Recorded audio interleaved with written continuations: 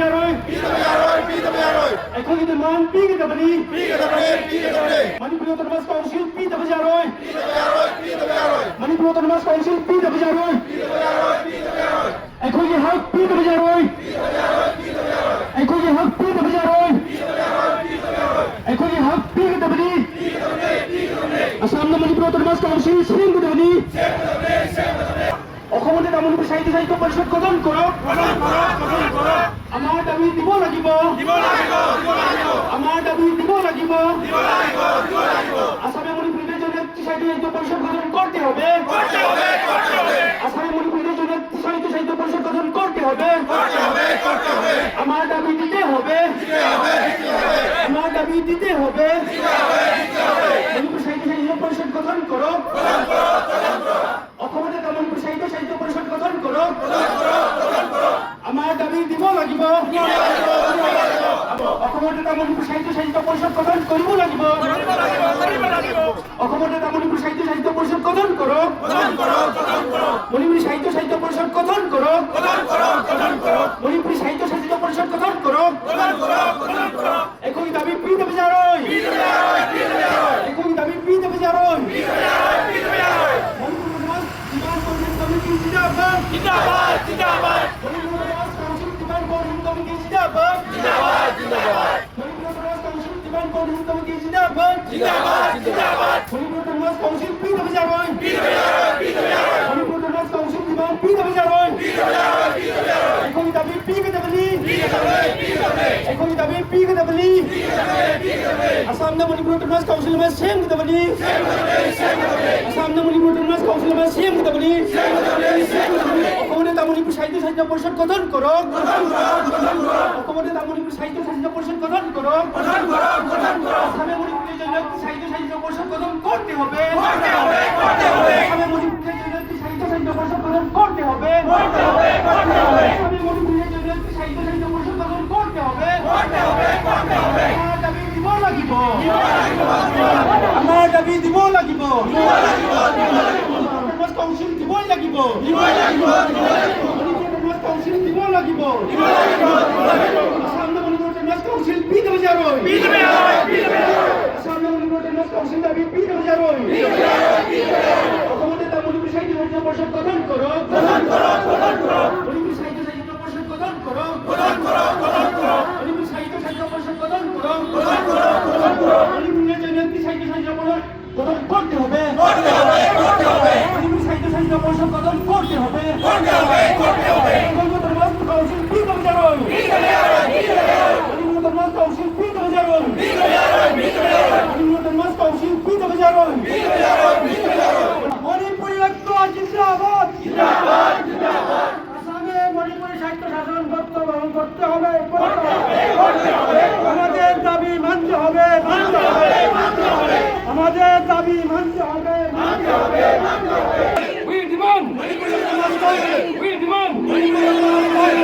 অসমত Manipuri autonomous council লাগিবই লাগিব অসমত মণিপুৰী অটোনমাস কাউন্সিল লাগিবই লাগিব অসমত মণিপুৰী অটোনমাস কাউন্সিল লাগিবই লাগিব অসমত মণিপুৰী অটোনমাস কাউন্সিল লাগিবই লাগিব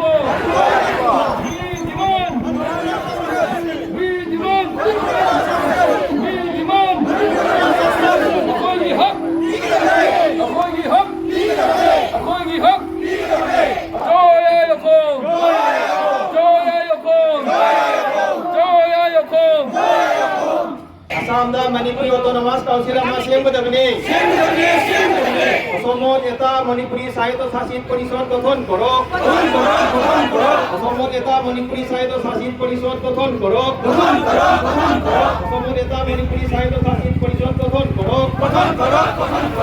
আসামে মণিপুরীদের জন্য একটি সাহিত্য শাসিত পরিষদ গঠন করতে হবে অসমের এটা মণিপুরী সাহিত্য শাসিত পরিষদ গঠন করো আসামে মণিপুরীদের জন্য একটা সাহিত্য শাসিত পরিষদ গঠন করতে হবে আসামে মণিপুরীদের জন্য একটি সাহিত্য শাসিত পরিষদ গঠন করতে হবে We want justice. We want justice. We want justice. ꯑꯩꯈꯣꯏꯅ ꯉꯁꯤ sida sit-in demonstration Manipuri Autonomous Council Demand Coordination Committee ki maigay dagi amasung atop-atopa ahal laman Assam ki amasung local ki intellectual sing isin sing isan sing lapiduna akoy na sit-in demonstration tawjarib sa mase Assam da akoy district kun mathoy da Mite masong pangal lak mari mga khunggang samri dai chamya kai tajari ba khoi na na Assam da 2019 gi October 20 da koi gi OBC community ahum da Moran Motok Post Rajbansi da Autonomous Council PB kibado adu maina akoi gi su PBU akoi gi su Manipuri Autonomous Council sembiu haidana Assam government ta akhoi na haijabani tabi dakta dana akhoi law khongbani aduni akhoi Shri Ju Hemant Biswa Sharma ta akhoi memorandum ahum mari sore piripse akhoi gi local minister Shri Ju Kaushik Rai de su memorandum pijare Silchar gi honorable MLA Depayan Chakrabarti pijare akhoi ajoi di kaino gi Karing Bansta Assam ki cabinet minister ba Shri Ju Krishna Pal su pijare ajogi di Karnataka Kasta honorable MP Deji Porimal Saklabaita honorable MP moji su pijare ko ajogi di local minister honorable Shri Kokirai Sardahan naijai ajo koi da man haibi lakna koi Guwahati da su CM Sarga koi honorable Kaushik Rai Sarna epone nama lokshi ai jana tsarwi matam to assembly oibna khudong chadabana appointment do lo da khajik khudong chagidre adu loiraga akoina December gi first week ta koi honorable Kaushik Rai koi changjerui December 3 ta Assam gi honorable chief minister koi gi Hemant Biswa Sharma sir lakpasida koi angto unaja gaya ita koi mantri na simbidna December 3 ki ayuk pung taramathoi dawai da koi committee gi me mga taluk tare chatna Silchari police guest house duga honorable chief minister unajai majuda local gi honorable minister Shri Ju Kaushik Rai su yawi duga honorable chief minister kaji koi na lakpachi katang chengman bala ta ni momang lam di phagadabni haibagi adu mangna koi na taliba demand se mangna positive sense lowi mang se koi demand se mag yaning di abso haige katang theng lai haibagi mangna agi assembly mana oiba election jam nakchel lokpa adu moi wa dongang aduna koi na sa tawri se amagi sai response to phajabani na koi da phangani adu ma se jamna phaba convenient ngakpa honorable chief minister na ina khandana koina hanna Nigeria sen mangonda aije koi gi Manipur Autonomous Council Assam da creation to view maramdi koi mite musung mite pangal Autonomous Council phangjabdi koi ngak thangatna hingbang amoy koi gi identity koi gi language koi culture koi economic development koi gi lau singu akoina chajari ba lau sing sida akoina pangan thokna akoi gi college puthokna ngak pa da koi wani akoi se akoi gi nomo gi akoi gi hanjar pa community ga jai na chingadna akoi Autonomous Council se phangabadi akoi se mai thangane hingbang badrai na koi tanjabani akoina tanbo Autonomous Council tanba sidina 1996-97 degi tanba hore adu matam duga na akoi gi question se matam duga schedule 6 area ST jada piba ID boro karbi dimasa aduga OBC da pida ba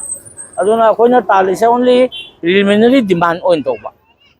2020 gi October 19 ni piba gi sa asida akoi gi legitimate and considered right lay na akoina tan ꯑꯩꯈꯣꯏꯅ ꯍꯧꯖꯤꯛ ꯇꯥꯜꯂꯤꯁꯦ ꯃꯦ 2025ꯇꯒꯤ ꯍꯧꯖꯤꯛꯐꯥꯎꯕ ꯇꯥꯜꯂꯤꯁꯦ ꯄꯨꯟꯅ ꯃꯃꯥꯡꯗ ꯇꯥꯟꯕꯗꯣ ꯆꯣꯏ ꯇꯥꯟꯅꯕ ꯑꯣꯏꯔꯝꯒꯅꯤ ꯑꯩꯈꯣꯏꯒꯤꯗꯤ organisation 19 23 ꯄꯨꯜꯂꯒ ꯕꯣꯔꯥꯛ valley ꯑꯃꯁꯨꯡ ꯕꯔꯃꯥꯡꯇꯣꯏ ꯚꯦꯂꯤꯒꯤ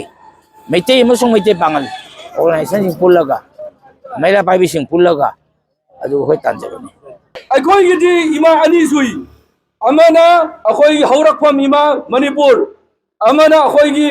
ꯄꯣꯛꯄ ꯃꯐꯝ ꯏꯃꯥ ꯑꯁꯥꯝ ꯑꯗꯨꯅ ꯑꯩꯈꯣꯏꯗꯤ ꯂꯥꯏꯕꯛ ꯌꯥꯝ ꯐꯕꯅꯤ ꯏꯃꯥ ꯑꯅꯤ ꯁꯨꯏ ꯑꯗꯨꯅ ꯑꯩꯈꯣꯏꯁꯦ na left side na right side chumjing chumna akhoi demand thamba mathau tai aduna akhoi gi demand karino manipuri autonomous council assam da kari mathau tai manipuri autonomous council ro mayam janing bro adu already akhoi demand gi tamak thawai kanla su katpa mathau tai chara helasu henba mathau tai mi atopa jati di hunger strike tawraga satyagraha tawraga नुमित तरे दी तंग तो वजह chief minister बो मखोंग बहुत लेन then एकदम पूरा tension the काना ले करे अखोई बुजी 14 तारीख ता प्राइम मिनिस्टर मोदी लाई अखोई ngमगद्रो 14 तारीख प्राइम मिनिस्टर मोदी ममांग दा अखोई धरना तो ngमगद्रो सत्याग्रह तो ngमगद्रो मदौ तारदी हंगर स्ट्राइक अखोई से तो ngमगद्रो अखोई ऑटोनोमस काउंसिल फंगदबा याद्रबा अखोई खोंजंगनी फंगदबा याद्रबा अखोई चंगझनगदबा लेपन नाइतना चंगझनलई मफम पुनमक्ता अखोई हैलाकांदी सिलचर तकयारक फमे हंदचिलो कुपुदा फमी असिना अखोई ओइबा अखोई दाबीसे फंगदबा याद्रबनी हाइबसे अखोई मयाम खंगिनसी ऑटोनोमस काउंसिल से फंगद्रगदी अखोई सी साई ओजासिन सहायदनी ममा अखोई एमएलए मा लैते अदगिदी असी लैद्रगदी अखोई लैरुबगी कैसु कानादे अदुना ऑटोनोमस काउंसिल फंगद्रिबा बाव इमाइबेन पुरमक कोई मैरा बाइबी पुरमक लेपल लैतना अखोई खोंजंग जंगजनगनी हाइबा ताबीसे फंगद्रिबा बाव अखोई तानगनी हाइबा वाफमसी आई मयामदा थमजरी अदुगा अखोई ऑटोनोमस काउंसिल नत्रगदी अखोई इचा इशूगी दमकता अखोई करी तौरमनी इपाई पुदुना करी तौरमी हाइबदो हाइननबगी दमकता अखोई ऑटोनोमस काउंसिल से फंगदबा जादे हाइबा खोंजंग सिगा अखोई पुन्ना चंगमिनसी हाइबा लेपल लैतना चंगमिनसी हाइबा वाफमसी थमजरगा आइतना इवाई खना से टेंशन फाइ पुन्न मखमफमदा कोऑर्डिनेशन कमिटी की माइके की कोना आनुमतल खुरमजरी मयामना खंबीरबा अनु वाफम नत्रे मणिपुर ऑटोनोमस काउंसिल अमा तालकपा खोंजंग असि मतम उइनदगी तालकपनी अदु तोंगाल लुपसिंगा चोइना तानरपा अमसुंग मयांग कंसिनस खोंजंग कन्न संगसन मंगमदबा मरम कयामरमदगी अखोगी खोंजंग असि खोगी मतम पालिबा लेंगा की मनाकों जौबं ngमदबगी अदु मगी खुदोंचादबा पेंदबा उबो फंगी अदुबो होखिबा सही 2025 दा हाइरिबा मयाम पुन्ननबगी खोंजंग मथौ ताय हबसि पुनमगना खन्नरबा खंगरबा अदुबो होगोपा हानबा लावबा हानबसि युरक्तबदगी ओजासिंग इसना मरुपांग इमाइबन क्या दसु पिरक सजेशन सिंग थमजरगा लौसिनजरगा लुप नहा सिंग अनौन थरकपा वायएमसी न सिंगबा लुप सिंग खरना पुछनजरगा ऑडिशन कमिटी अमगो सेम सी हाइबगी वाखलोनदा मियाम मफमदा तोंगा लुप सिंग मफमदा हाइजे चचन ममुतुंगा सेम बा Manipur autonomous council demand audition committee समना मेको को लमजिंग मखादा मसी जंक्शन लगिबा खोंजंगी तोंगान बा खोंजंग सिंग सरुगा मोन नसी लखिपुदा सिलांगजेरी बंगासी विफम असिदा बिरेरिबा फाइ पुन्नमक हनन थागचै अमसुंग सिटिंग डेमोन्स्ट्रेशन असिदा सरजारिबा पुंगाम हनन थागचै अमसुंग थमजनिंगमदि अखोई खोंजंग असि अखोईगी तालिबा डिमांड असि अखोईगी वाकद असि फंगद्रि फावबा अखोई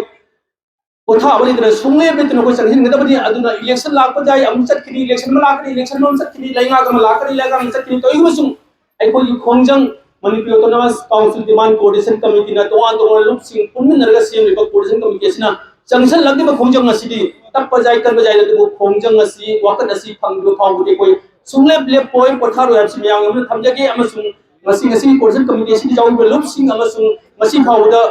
ani hatheng na jawi rakti belum sing ko hayi chachuli ba alichu jawrapan yan thaja belum sing kya masu leiri sinau ipa ipan sinau mayam ru pang mayam mai ben mayam su hanna na support to view batung na su ekoi ko ngasi apung phali phauda changsi ngasi ko sokta banai dana सरकार से मना को ताबी दे है को निमन को रसी हल अनु मोखन तमोसी कोई होय से माइ पाक को फाउंडर संक्शन मिनिस्ट्री अमसु कोर्डिनेशन कमिटी ना डिमांड से फंगली फाउंडर संक्शन नरमी नमक को सेम सादुर लेजे है सो हम समझरगा पाही अमनि पुंग चौसी टेंशन रे मैं आप लोग अंतन प्रमजन अगर चले अगी नुसिजल बाई नाउ खेती में सिंगजित ngasi असम दा चोजेना तारिबा मैते एकोगी मतम क्या की उमंग की तानुल लाकलिबा अदुमबा जामना मरुओइबा मणिपुरी ऑटोनोमस काउंसिल असिगी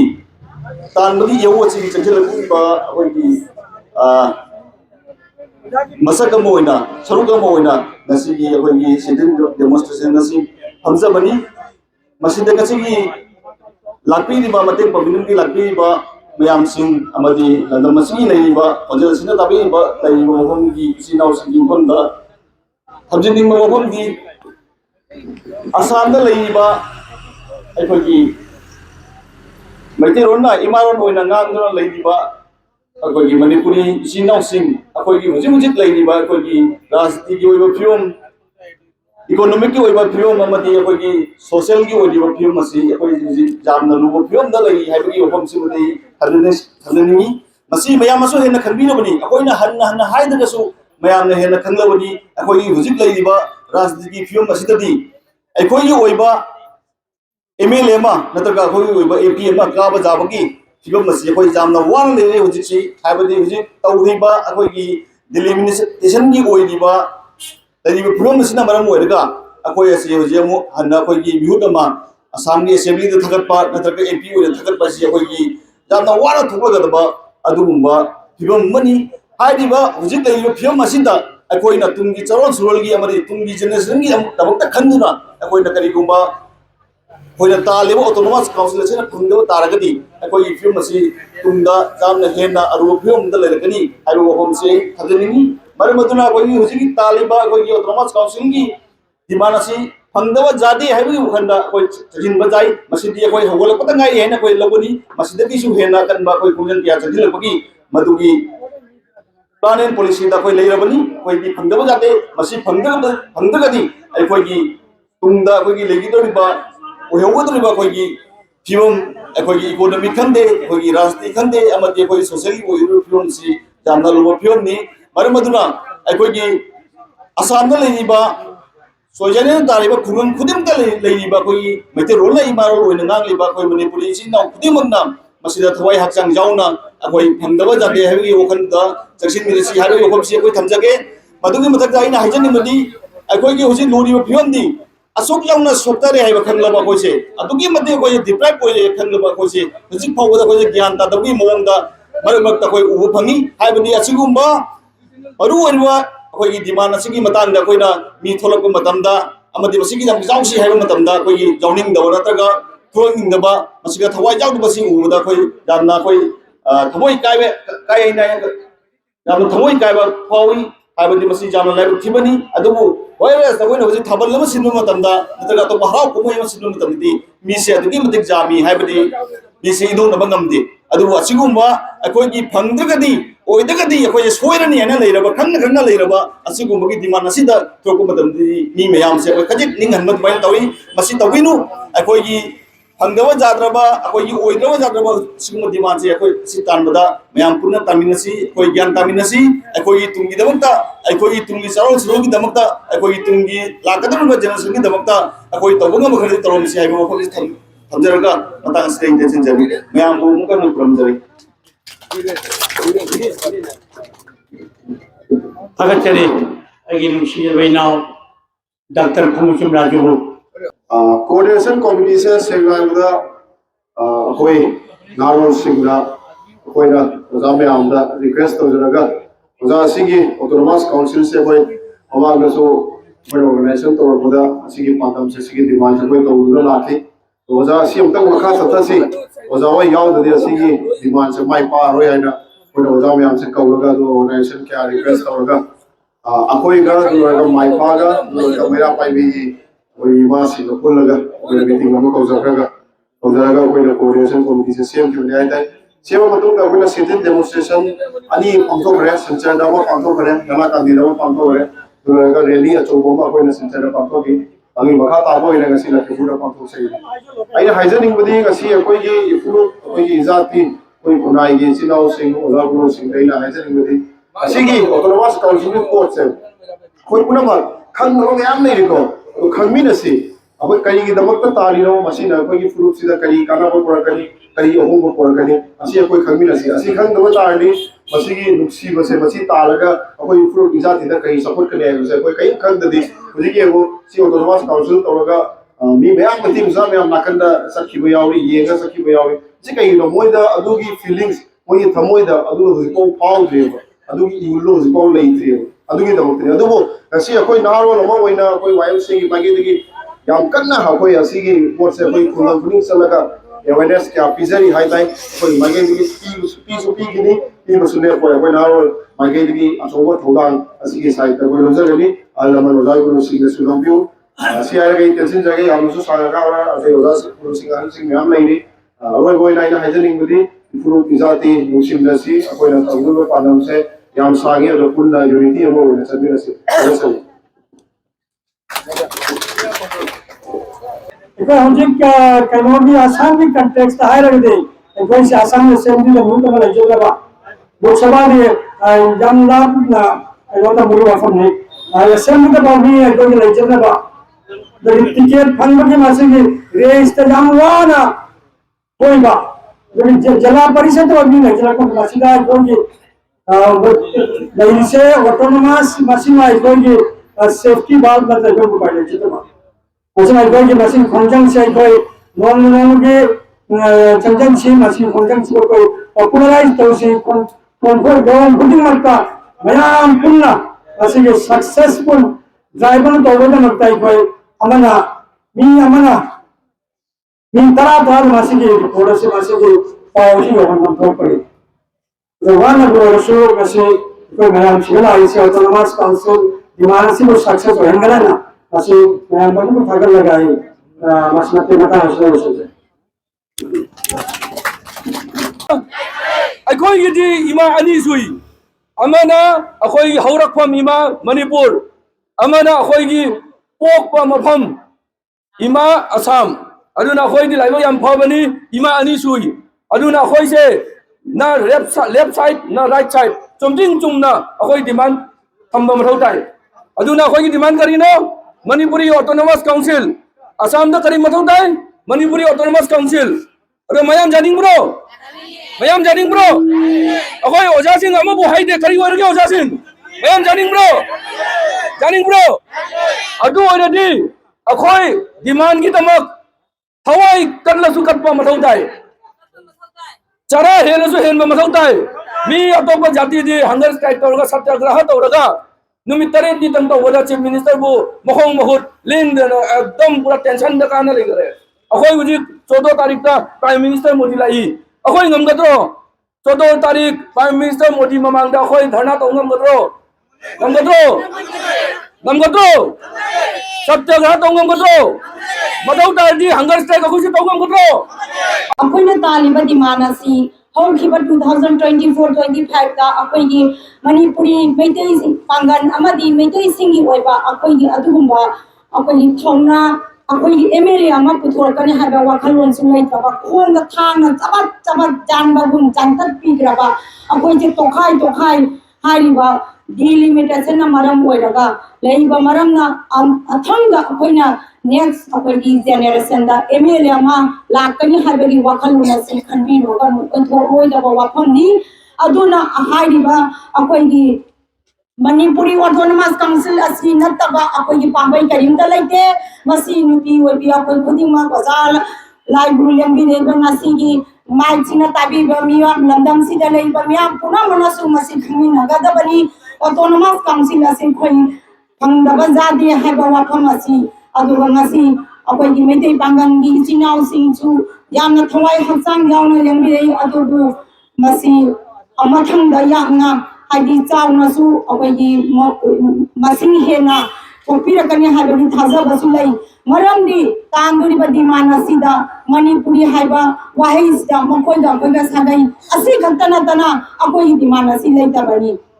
ꯃꯅꯤꯄꯨꯔꯤ ꯃꯨꯁꯂꯤꯝꯁꯤꯡꯒꯤꯁꯨ ꯃꯩꯇꯩꯁꯤꯡꯒꯤꯁꯨ ꯑꯣꯏꯕ ꯑꯩꯈꯣꯏ ꯑꯅꯤꯁꯤ ꯄꯨꯟꯁꯤꯜꯂꯒ ꯇꯥꯟꯃꯤꯟꯅꯒꯗꯕꯅꯤ ꯑꯗꯨꯅ ꯍꯥꯏꯔꯤꯕ ꯗꯤꯃꯥꯟ ꯑꯁꯤ ꯑꯩꯈꯣꯏ ꯄꯨꯟꯅ ꯆꯪꯖꯟꯅꯃꯤꯟꯅꯁꯤ ꯃꯇꯝ ꯄꯨꯝꯅꯃꯛꯇ ꯑꯗꯨꯒ ꯍꯧꯖꯤꯛ ꯂꯩꯔꯤꯕ ꯀꯟꯗꯤꯁꯟ ꯑꯁꯤꯗ ꯑꯩꯒꯤ ꯏꯆꯥꯅ ꯑꯩꯒꯤ ꯏꯁꯨꯅ ꯑꯗꯨꯒꯨꯝꯕ ꯊꯕꯛ ꯐꯪꯕꯒꯤ ꯆꯥꯟꯁꯦꯁꯁꯦ ꯌꯥꯝꯅ ꯋꯥꯡꯅ ꯂꯩꯔꯕꯅꯤ ꯃꯁꯤꯡ ꯈꯨꯗꯤꯡꯃꯛꯅ ꯑꯩꯒꯤ ꯉꯁꯤ ꯊꯣꯛꯏꯕꯁꯤ ꯑꯩ ꯈꯛꯇꯪꯒꯤ ꯅꯠꯇꯦ ꯑꯩꯈꯣꯏ ꯈꯨꯗꯤꯡꯃꯛꯀꯤꯗꯤ ꯇꯨꯡꯒꯤ ꯖꯦꯅꯦꯔꯦꯁꯟꯒꯤ ꯇꯨꯡꯒꯤ ꯑꯩꯈꯣꯏꯒꯤ ꯂꯩꯍꯧꯅꯕꯒꯤ ꯑꯗꯨꯒꯨꯝꯕꯒꯤꯗꯃꯛꯇꯅꯤ ꯉꯁꯤ ꯊꯣꯛꯂꯛꯏꯕ ꯃꯤꯍꯤꯠꯁꯤ ꯑꯩꯈꯣꯏ ꯃꯤꯠ ꯊꯥꯛꯇꯨꯞꯇꯦ ꯃꯔꯝꯗꯤ ꯌꯥꯝꯅ ꯍꯛꯆꯤꯟꯅ ꯂꯧꯗꯕ ꯃꯔꯝꯅ ꯃꯈꯣꯏꯒꯤ ꯁꯨꯛ ꯌꯥꯝꯈ꯭ꯔꯕ ꯂꯛꯈꯤꯄꯨꯔ ꯑꯦꯔꯤꯌꯥꯗ ꯂꯩꯔꯤꯕ ꯃꯩꯇꯩꯁꯤ ꯈꯛꯇꯔꯕ ꯑꯗꯨ ꯊꯋꯥꯏꯗ ꯌꯥꯝꯅ ꯅꯨꯡꯉꯥꯏꯇꯕ ꯐꯥꯎꯏ ꯀꯔꯤꯒꯤꯅꯣ ꯊꯣꯛꯂꯛꯏꯕ ꯑꯩꯈꯣꯏ ꯁꯤ ꯈꯛꯇꯪꯒꯤ ꯁꯔꯨꯛ ꯂꯥꯕ ꯉꯁꯤ ꯇꯥꯜꯂꯤꯕ ꯗꯤꯃꯥꯟ ꯑꯁꯤ ꯌꯥꯝ ꯄꯦꯟꯖꯗꯦꯕ ngasi Lakipur area sida leiriba mioi punamak nahandagi so akoi dasar daida khangde amada khangde loinamak chejai pidana pau chindana adumai do tawdana loinamak langthograbani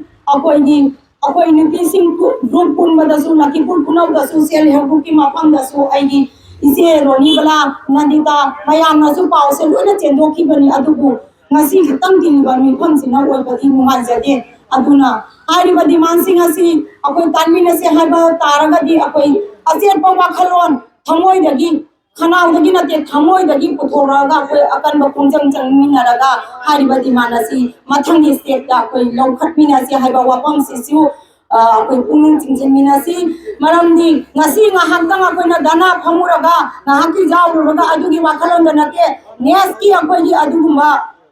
lakadurba dharna da so koi punna kongjang ais masidi akoi tawdaba yadabani haiba wafam asi khanni naraga maduma kongjang asi sarmin asi adubu wafam danga akoi visit laiba condition siga akoi na tandur base asam saka dai wafam amtanga request saujage mayam punna lawni nasi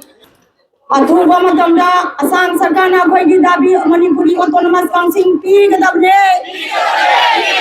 अथुबा मतमदा असम सरकार ना कोई की Manipuri autonomous council पी गदबने सरुक लामिनगनी हाइबसे मसी मतन समझागा आई मता नसिदलो सिजरे थैंक यू